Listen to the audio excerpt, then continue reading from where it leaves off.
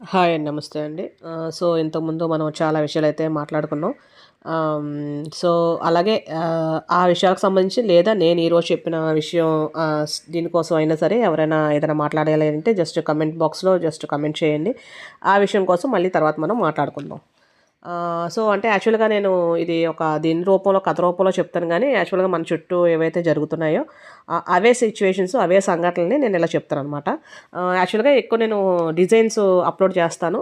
ఎలా స్టిచ్ చేయాలి ఏంటి అనేది. సో, దానిలో పార్ట్ కిందే దీన్ని కూడా స్టిచ్ చేస్తూ మనం మాట్లాడేసుకుందాం. సో, ఒక ఈరోజు ఏంటి అంటే సిట్యుయేషను, ఒక ఫ్యామిలీ ఉంటారు. జస్ట్ వైఫు, హస్బెండ్, భార్యాభర్తలిద్దరూ ఉంటారు. వాళ్ళకి ఇద్దరు పిల్లలనమాట. అతను ఏదో మామూలుగా చిన్న వర్క్ చేసుకుంటూ ఉంటారు. అలాగే ఆవిడ కూడా వర్క్ చేస్తారు.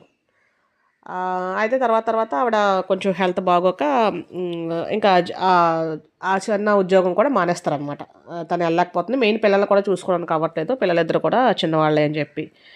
సో, అయిపోయిన తర్వాత వాళ్ళేంటంటే అలాగా రోజులు రన్ అవుతూ ఉంటాయి. సో, అతను తెచ్చిన శాలరీ ఏంటంటే హౌస్ రెంటు ఇలా రకరకాల ఖర్చులైతే ఉంటాయి కదా! సో, ఆ ఖర్చులకు పోగా చాలా కష్టమైపోతుందనమాట ఆవిడకి. ఆవిడ జాబ్ చేసేటప్పుడు కొంచెం ఏదో అలా అలా అయినా ఉండేది. ఏదో గొప్పగా లేకపోయినా వాళ్ళ నీడ్స్ అండ్ నెసెసిటీ అంటే వాళ్ళ అవసరాలైతే తీరేలాగా సరిపోయేది. కానీ ఆవిడ జాబ్‌కెళ్దామంటే తనకి ఈ ప్రాబ్లమ్ ఏదో హెల్త్ ప్రాబ్లమ్ వల్ల తను మానేయాల్సొచ్చిందనమాట. సో, తర్వాత ఈలోపు ఎవరో ఫ్రెండ్ చెప్తారనమాట. చెప్తే బిజినెస్‌ల కోసం చెప్తారు కదా! అలాగా ఎవరో ఫ్రెండ్ చెప్తారనమాట. వాళ్ళు పెడతారనమాట. ఈ నెక్స్ట్ దీపావళి వస్తది. సో, దీపావళి వస్తుంది కదా! సో, దానికి సంబంధించి క్రాకర్స్ ఉంటాయి కదా! మందుగుండు సామాన్లు ఉంటాయి కదా! సామాగ్రి. సో, అది మేమైతే షాప్ పెడుతున్నాము. సో, మీకు కూడా ఇంట్రెస్ట్ ఉంటే చెప్పండి. ఇద్దరం కలిపి ఒకేసారి ఎళ్లి సామాన్లు కొనుక్కొని తెచ్చేసుకోవచ్చు అనేసంటారు. అనగానే ఈవిడ ఇంట్లోకొచ్చి వాళ్ళ హస్బెండ్‌కి చెప్తది. ఇలాగా తను చెప్తుంది. నా ఫ్రెండ్ ఉంది కదా! తను వాళ్ళు ఇలా చేస్తున్నారంట చెప్తుంది అంటే అతను అంటారు, "మరి నాకు జాబ్ కాబట్టి నాకైతే మరి అవ్వదు. కావాలంటే సామాన్లు తేడానికి రావాలంటే హెల్ప్ చేయడానికి రాగలను గానీ, మరి అది షాప్‌లాగా పెట్టి షాప్ కాకపోయినా కనీసం ఇంటి దగ్గరైనా పెట్టి మనం సేల్ చేయాలి కదా! దానికైతే మరి నాకైతే అవ్వదు. నువ్వేమైనా చేయగలవా అని అడిగితే, మరి ఎలాగో ఒకలాగా నేను కొంచెం కష్టపడతాను. ఒక 3 రోజులే కదా! 3 రోజులు మహా అయితే 2 రోజులే కదా! తెచ్చుకోవడానికి ఒక 2 రోజులు, ఒక వారం రోజులు కష్టపడితే పిల్లలకి దేనికైనా పనికొస్తాయి కదా! అని వాళ్ళు ఆశపడతారనమాట. చేసిన తర్వాత వాళ్ళు అలాగే ఓకే అని చెప్తుంది వాళ్ళ ఫ్రెండ్‌కి. ఇద్దరు వాళ్ళ వైఫ్ అండ్ హస్బెండ్, వీళ్ళ వైఫ్ అండ్ హస్బెండ్ ఇద్దరు కూడా ఎక్కడికో ఎళ్లి ఆ సామాన్లు ఎక్కడో ఉంటాయి కదా! హోల్‌సేల్‌గా అక్కడికెళ్ళి తెచ్చేసుకుంటారు. తెచ్చేసుకున్న తర్వాత చాలా ఆలోచిస్తారన్నమాట ఈవిడ. పిల్లలతో నేను ఈ వారమైనా సరే ఇలా చేయగలనా? లేదా? ఏంటి? అనేది.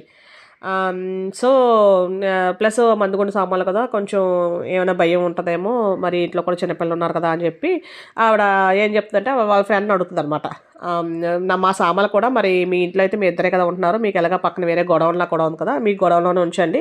ఏ రోజైతే సేల్ చేయాలో ఆ రోజు నేను ఇంటికి తీసుకెళ్ళి ఇంటి ముందునే జస్ట్ పెట్టేసి కొంచెం సామాన్లే కదా! నేను అమ్మేసుకుంటాను అనేసి అంటదనమాట. అంటే చాలా ఎక్కువ ఆలోచిస్తది. చిన్నపిల్లలు ఉన్నారు కదా! చాలా ఎక్కువ ఆలోచిస్తారనమాట. అది కరెక్టే కదా! ఆలోచించాలి కదా!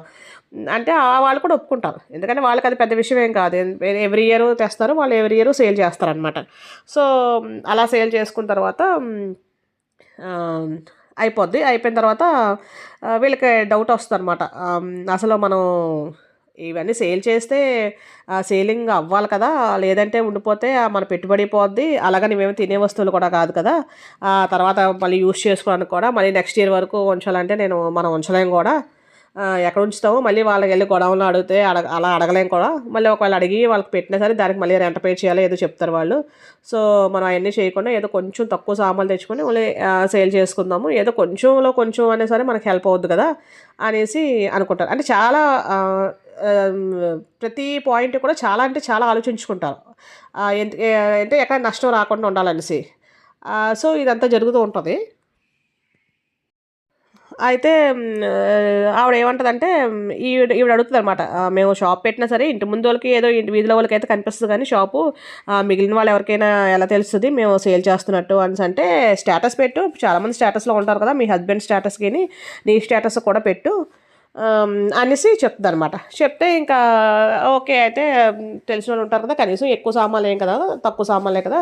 ఈ స్టేటస్‌లో పెట్టిన వాళ్ళు ఏదో కొంచెంలో కొంచెం మందొచ్చినా సరే మనకి స్టేటసే కదా ఆధారం.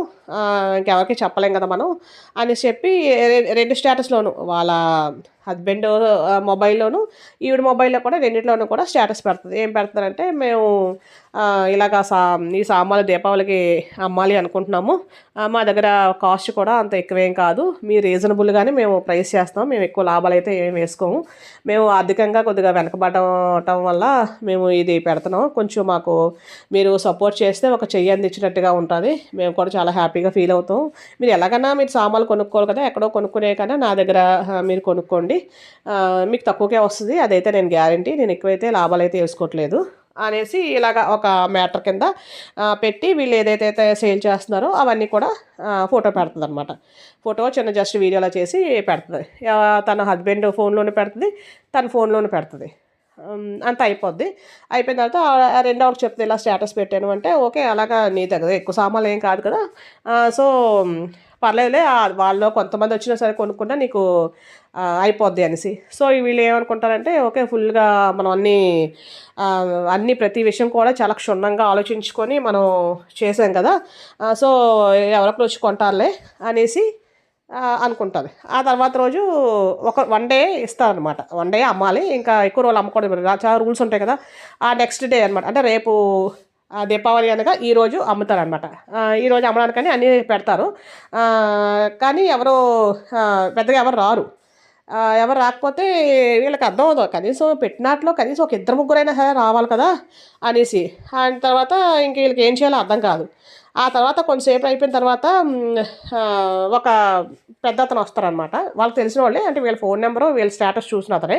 పెద్దతను వచ్చి ఆహ్, హ్మ్, ఏ నేను మీరు ఏదో తెలివైనోళ్ళు అనుకున్నాను. మరీ ఇంత తెలివి తక్కువగా ప్రవర్తిస్తారు అనుకోలేదు అనేసంటే, ఏవండి అంకుల్ గారు ఏమైంది? అంకుల్ అని పిలుస్తదనమాట. ఏవండి అంకుల్ గారు ఏమైంది అంటే, ఏం స్టేటస్ పెట్టావు అని అడుగుతారనమాట అతను. అంటే అదే ఇదే అమ్ముతున్నాం కదా! మాకు కొంచెం సపోర్ట్ చేయండి అని పెట్టాను.